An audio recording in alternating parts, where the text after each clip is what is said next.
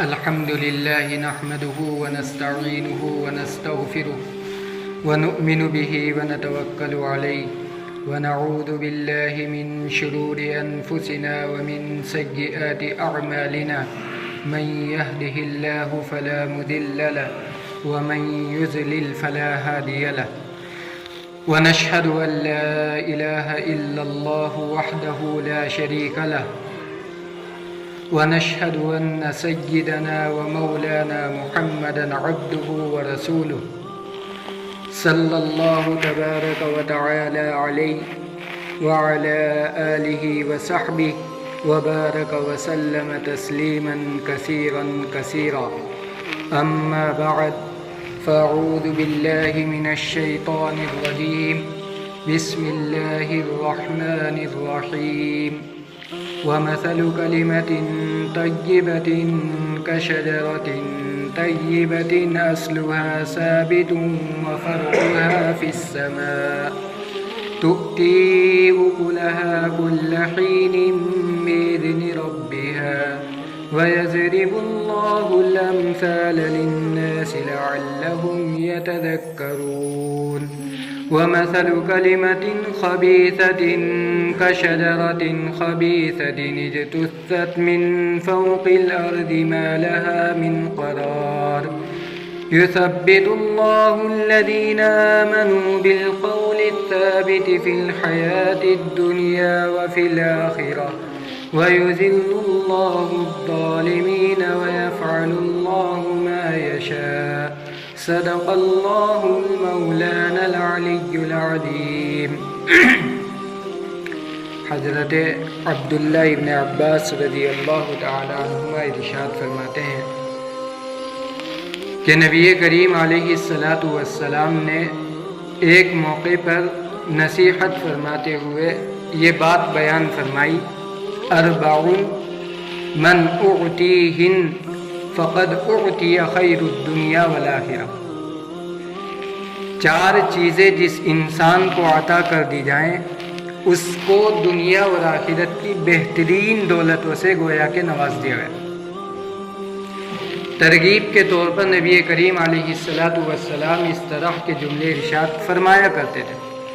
تاکہ لوگ ان صفات کو اپنے اندر پیدا کرنے کی کوشش کریں اور ان دولتوں اور نعمتوں کے مستحق بنے جن کو اللہ کے رسول صلی اللہ تعالی علیہ وسلم نے دنیا اور آخرت کی بہترین دولت و نعمت سے تعبیر فرمایا ہے۔ چار چیزیں جس انسان کے اندر ہوں گی وہ ایسا خوش نصیب و سعید ہوگا کہ دنیا کی عظیم الشان دولتیں بھی اس کا مقدر بن رہی ہوگی اور آخرت کی لازوال نعمتوں کا بھی وہ مستحق قرار دیا جائے گا۔ ان میں سے پہلی چیز نبی کریم علیہ الصلاۃ والسلام نے بیان فرمائی، لسان ذاکر۔ دوسری چیز بیان فرمائی وقلب شاکر۔ تیسری چیز بیان فرمائی وبدن علی البلاء صابر۔ چوتھی چیز بیان فرمائی وزوجۃ لا تبغیہ خوفا من نفسها ولا مال، او کما قال صلی اللہ علیہ وسلم۔ پہلی صفت ذکر کرنے والی زبان اپنے اندر پیدا کرنا، دوسری صفت شکر ادا کرنے والا دل اپنے اندر بنانا، تیسری صفت اپنے آپ کو مصیبتوں پر صبر کرنے کا عادی بنانے کی کوشش کرنا، چوتھی صفت ایسی شریک زندگی کا ساتھ ہونا، ایسی رفیق حیات کا ساتھ ہونا جو اپنی اور شوہر کی عزت کی حفاظت کرنے والی ہو اور شوہر کے مال کی بھی محافظہ بن کر زندگی گزارتی ہو۔ نبی کریم علیہ الصلاۃ والسلام فرماتے ہیں کہ یہ چار چیزیں جس انسان کو نصیب ہو جائیں گی دنیا اور آخرت کی بہترین نعمتوں سے گویا کہ اس کے دامن کو بھر دیا جائے گا۔ اگر ہم کوشش کریں گے اپنی زندگی کا مقصد بنائیں گے تو ان چار چیزوں کا حصول ہمارے لیے مشکل نہیں ہوگا۔ سب سے پہلی چیز جس کا تذکرہ پیغمبر علیہ الصلاۃ والسلام نے فرمایا وہ ذکر کرنے والی زبان ہے، اللہ کو یاد کرنے والی زبان ہے، صحیح بول بولنے والی زبان ہے۔ انسان کے جسم کے اعضاء میں جو عضو سب سے زیادہ متحرک رہتا ہے اور جس کی حرکت پر اونچے سے اونچا مقام بھی انسان کو مل سکتا ہے اور ذلت و پستی کے گہرے گڑھے میں بھی انسان گر سکتا ہے، وہ زبان ہے۔ اس لیے جناب رسول اللہ صلی اللہ تعالی علیہ وسلم پہلے نمبر پر زبان کا تذکرہ فرما۔ جو انسان دنیا اور آخرت کی کامیابیوں کا طالب ہے تو اس کو پہلی شرط کے طور پر، پہلے قدم کے طور پر، پہلی منزل کے طور پر اپنی زبان کو اللہ کی مرضی کے تابع بنانا ہوگا۔ بیکار کے جملے اپنی زبان سے ادا کرنے سے یا اللہ کو ناراض کرنے والے کلمات اپنی زبان سے ادا کرنے سے اپنے آپ کو محفوظ رکھنا ہوگا اور بچانا ہوگا۔ حضور پاک علیہ السلام نے جب صحابہ اکرام رضوان اللہ تعالی علیہم اجمعین کے درمیان زبان کی اس اہمیت کو ذکر فرمایا تو حضرت معاذ رضی اللہ تعالی عنہ نے اور دیگر صحابہ اکرام رضی اللہ عنہ نے عرض کیا، وَهَلْ نُؤَاخَذُ بِمَا نَقُولُ یا رسول اللہ، اے اللہ کے رسول، کیا ہماری زبان پر بھی گرفت ہوگی، ہماری بول چال پر بھی پکڑ ہوگی؟ کیا اللہ کے یہاں یہ بھی لکھا جا رہا ہوگا کہ ہم کس وقت اور کہاں کیا بول رہے ہیں اور کس طرح کے کلمات اور الفاظ اپنی زبان سے نکال رہے ہیں؟ جناب رسول اللہ صلی اللہ تعالی علیہ وسلم نے ارشاد فرمایا، وَهَلْ يَكُبُّ النَّاسُ فِي النَّارِ عَلَى مَنَاخِرِهِمْ إِلَّا حَصَائِدَ أَلْسِنَتِهِمْ او کما قال صلی اللہ علیہ وسلم۔ فرمایا کہ معاذ، تم جیسے عقل مند آدمی کے اس سوال پر مجھے تعجب ہو رہا ہے کہ تم نے یہ پوچھا کیسے کہ انسان کی بول چال اور گفتگو پر بھی پکڑ ہوگی۔ کان کھول کر سنو، توجہ کے ساتھ سنو، قیامت میں چہروں کے بل لوگ اپنی زبان کی کھیتیوں کی وجہ سے گرائے جائیں گے جہنم میں۔ جہنم میں جو جماعت کی جماعت چلی جا رہی ہوگی، جتھے کا جتھا جا رہا ہوگا، جہاں بہت سے گناہ اور بدعمالیاں ان سب کے جہنم میں جانے کا باعث اور ذریعہ بنیں گے، وہاں ایک اہم گناہ زبان کا غلط استعمال ہوگا، زبان کی غلط کھیتی ہوگی اور اسی کے نتیجے میں انسان کو جہنم کی ذلت و خواری اور سختی کا سامنا کرنا پڑے گا۔ اس پیغام سے جناب رسول اللہ صلی اللہ تعالی علیہ وسلم نے امت کو اپنی زبان کے صحیح استعمال کا عادی اور پابند بنانے کی تلقین کی ہے، اس لیے کہ ایک لمبی فہرست ہے ان گناہوں کی جو زبان کی وجہ سے وجود میں آتے ہیں۔ جھوٹ ہو، غیبت ہو، چغلی ہو، بہتان ہو، دل آزاری ہو، لوگوں پر نازیبہ تبصرہ کرنا ہو، دور بیٹھے انسان کی عزت سے کھلواڑ کرنا ہو، دو محبت کرنے والے قبیلوں، خاندانوں اور انسانوں کے درمیان نفرت کا بیج بونا ہو، یہ سارے کے سارے گناہ وہ ہیں جو انسان اللہ کے دیے ہوئے چھوٹے سے لیکن نہایت قیمتی عضو کے غلط استعمال کی وجہ سے انجام دیتا ہے۔ اور پھر بلا توبہ اگر وہ دنیا سے چلا جاتا ہے تو قبر میں اور آخرت کے تمام مراحل میں اس کے لیے یہی گناہ ندامت و شرمندگی، ذلت و خواری اور رسوائی کا ذریعہ اور باعث بنتے چلے جاتے ہیں۔ میرے دوستو، اگر ہم سب دنیا اور آخرت کی بہترائی کے طالب ہیں، اگر یہ خواہش ہمارے دل کے اندر ہے، یہ آرزو اور تمنا ہمارے دل کے اندر ہے، تو میرے بھائیو اس کے لیے پہلی شرط یہ ہے کہ اپنی زبان کو اللہ کی یاد کا عادی بنا لیا جائے، کثرت کے ساتھ اس زبان سے اللہ کا ذکر ہو، قرآن مقدس کی تلاوت ہو، جناب رسول اللہ صلی اللہ علیہ وسلم سے منقول دعاؤں کا تذکرہ ہو، پیغمبر علیہ السلام کی پیاری پیاری باتوں کو امت تک منتقل کرنا اور پہنچانا ہو۔ اس کام کے لیے اللہ نے یہ زبان عطا فرمائی ہے اور وہی لوگ کامیاب قرار دیے گئے ہیں جنہوں نے اللہ کی مرضی اور منشا کے مطابق اپنی زبان کا استعمال کیا ہے۔ اپنی اس زبان سے انسان اللہ کو جتنا یاد کرے گا وہ مالک کو اپنے اتنے ہی قریب پائے گا، اور جتنا اللہ کا قرب انسان کو حاصل ہوگا اتنی ہی اس کی زندگی میں چین، سکون، عافیت اور اطمینان پیدا ہوگا اور ہر طرح کے مسائل و دشواریوں سے نکلنا اس کے لیے آسان ہوگا۔ قرآن کریم کے اندر اللہ تبارک و تعالیٰ نے وعدہ فرمایا ہے، فَاذْكُرُونِي أَذْكُرْكُمْ، تم مجھے یاد کرو میں تمہارا تذکرہ کروں گا۔ کتنے خوش نصیب ہیں وہ لوگ کہ جن کا تذکرہ اللہ اپنی مجلس میں فرما رہے ہوں، کتنے خوش بخت ہیں وہ لوگ کہ جن کا ذکر اللہ فرشتوں کی نورانی محفل میں کر رہے ہوں، کتنے سعادت مند ہیں وہ لوگ کہ جن کو اللہ یاد کر رہے ہوں۔ دنیا میں ہم دیکھ لیں، اگر کسی بڑے آدمی کی زبان پر ہمارا نام آ جاتا ہے اور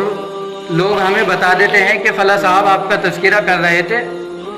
تو ہمارا سینہ چوڑا ہو جاتا ہے۔ یہ دنیا کے معمولی عارضی اور فنا ہو جانے والے عہدے رکھنے والے لوگوں کی زبان پر جب ہمیں اپنے تذکرے سے ایسی خوشی ہوتی ہے تو وہ مالک الملک، احکم الحکیمین، سلطان السلاطین، جو ساری کائنات کے نظام کو چلانے والے ہیں، جس کے اشارے کے بغیر درخت کا ایک پتا ہل نہیں سکتا، وہ اگر ہمیں یاد کرنے والا بنے، اس کی محفل میں اگر ہمارا تذکرہ ہو تو اس سے زیادہ خوش نصیبی کی بات کیا ہو سکتی ہے؟ اور پورے یقین کے ساتھ یہ بات کہی جا سکتی ہے کہ جس نے اپنے آپ کو اللہ کے ذکر کا عادی بنا کر اللہ کی عنایت و توجہ کا مستحق بنا لیا تو اس کا بیڑا پار ہو گیا۔ اس کی زندگی دنیا میں بھی کامیابی سے ہمکنار ہو گئی اور آخرت میں بھی سرخروئی اس کا مقدر بنتی چلی جائے گی۔ آج کے دور کا المیہ یہی ہے کہ ہم مسائل کا رونا بہت روتے ہیں، پریشانیوں کا شکوہ خوب کرتے ہیں، تکلیفوں کی داستانیں منہ بھر بھر کے بیان کرتے ہیں، لیکن ان پریشانیوں سے نکلنے کا جو راستہ ہے، ان مسائل کے حل ہونے کا جو علاج ہے، اس راستے پر ہم چلنے کی کوشش نہیں کرتے، اس علاج کو اختیار کرنے کی ہم کوشش نہیں کرتے۔ دنیا والوں کی طرف تو امید کی نگاہ ڈال کر ہم دیکھتے ہیں، لیکن وہ اللہ جس کے قبضہ قدرت میں سارے انسانوں کے دل ہیں، اس سے لو لگانے کا موقع ہمیں نہیں ملتا، اس کو یاد کرنے کا موقع ہمیں نہیں ملتا، اس کے سامنے ہاتھ پھیلا کر فریاد کرنے کا موقع ہمیں نہیں ملتا۔ تو میرے بھائیوں، ہمیں اپنی زندگی میں جہاں تک ہو سکے اللہ کے ذکر کا پابند بنایا جائے اپنا۔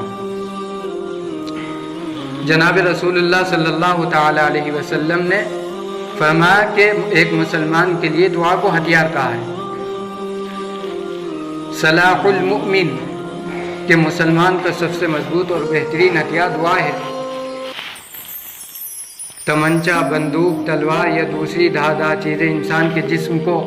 جن سے نقصان پہنچایا جاتا ہے، حقیقت میں ایک مومن کے لیے ان کو تلوار نہیں کہا گیا، بلکہ اللہ کے رسول صلی اللہ تعالی علیہ وسلم نے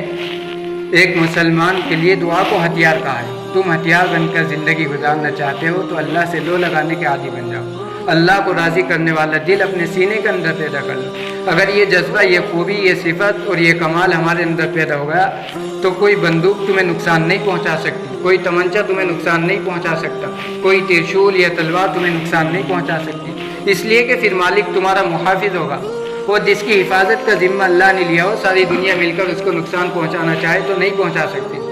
یہ یقین اپنے دل کے اندر پیدا کیا جائے اور اس یقین کے مطابق عمل کیا جائے، راہ اختیار کی جائے، مسائل اسی راستے سے حل ہوں گے۔ اللہ ہم سب کو اپنے ذکر کا، اپنی یاد کا عادی بنائے۔ دوسری چیز نبی کریم علیہ السلام نے بیان فرمائی، دنیا اور آخرت کی عظیم نعمتوں سے اگر مالا مال ہونا چاہتے ہو تو اپنے سینے میں اس دھڑکتے ہوئے دل کو بناؤ جو ہم وقت اللہ کے شکر میں ڈوبا رہتا ہو، باری تعالیٰ کی نعمتوں کا استحضار اس دل کے اندر موجود ہو، اور ہر نعمت پر شکر ادا کرنے کا جذبہ ہم اپنے دل کے اندر محسوس کرتے ہوں۔ اللہ پاک ہم سب کے دلوں میں شکر کرنے کا جذبہ پیدا فرمائے۔ تیسری چیز، وَبَدَنٌ عَلَى الْبَلَاءِ صَابِرٌ، اپنے آپ کو مصیبتوں پر صبر کرنے کا عادی بنانے کی کوشش کرنا۔ دنیا اور آخرت کی بہترائی اگر ہم چاہتے ہیں تو اس دنیا کے اندر اپنے آپ کو اندرونی طور پر مضبوط بنا کر اس دنیا کے اندر زندگی گزارنی ہے۔ یہ دنیا آزمائشوں کا گھر ہے، امتحانات کا گھر ہے، یہاں اچھے برے حالات کے انسان کو سامنا کرنا پڑے گا، اور اگر ہم حالات سے متاثر ہو کر کمزور ہو گئے اور انہی حالات کو ہم نے اپنے اوپر حاوی کر لیا تو اس کا سیدھا سا مطلب یہی ہے کہ ہم اس ایمانی طاقت کا استعمال نہیں کر پا رہے ہیں جو اللہ نے ہم سب کو شان امتیاز کے طور پر عطا فرمائی۔ اللہ ہم سب کو اس نعمت سے، اس دولت سے سرفراز فرمائے۔ چوتھی چیز نبی کریم علیہ السلام نے بیان فرمائی، دنیا اور آخرت کی بہترائی اگر چاہتے ہو تو تمہارے لیے رفیق زندگی کا ایسا انتخاب ہونا چاہیے، شریک حیات کا ایسا انتخاب ہونا چاہیے جو اللہ کے دین پر عمل کرنے کے سلسلے میں تمہاری معین و مددگار ہو۔ وہ اپنی عزت کی، جان کی اور مال کی بھی محافظ ہو، تمہاری عزت و جان و مال کی بھی محافظہ بن کر زندگی گزارتی ہو۔ دعا کریں اللہ پاک ہم سب کو ان اعمال صالحہ سے مزین و آراستہ ہو کر زندگی گزارنے کی توفیق عطا فرمائے، اور ہر طرح کے گناہوں سے اللہ پاک ہم سب کی حفاظت فرمائے۔ وآخر دعوانا ان الحمد للہ رب العالمین۔